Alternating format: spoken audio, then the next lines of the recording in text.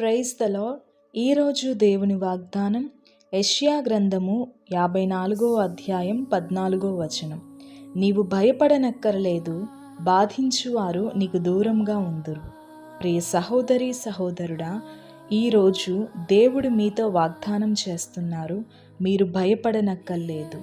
ఈనాడు చాలామంది భయపడడం వలననే అనేక విజయాలు పొందుకోవడం లేదు.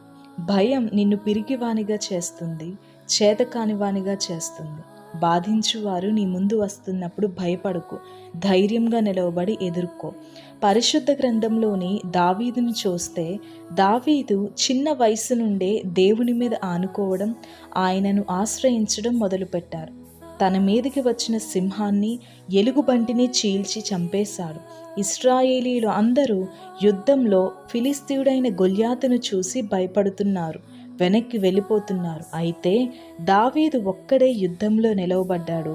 దేవుని మీద భారం వేసి యుద్ధం యెహోవాదే అని చెప్పి గొల్యాతు మీద విజయం సాధించాడు.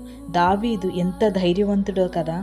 కావున ఈరోజు ఈ మాటలు వింటున్న నీవు ఏ విషయం గురించి అయినా భయపడవలసిన అవసరం లేదు.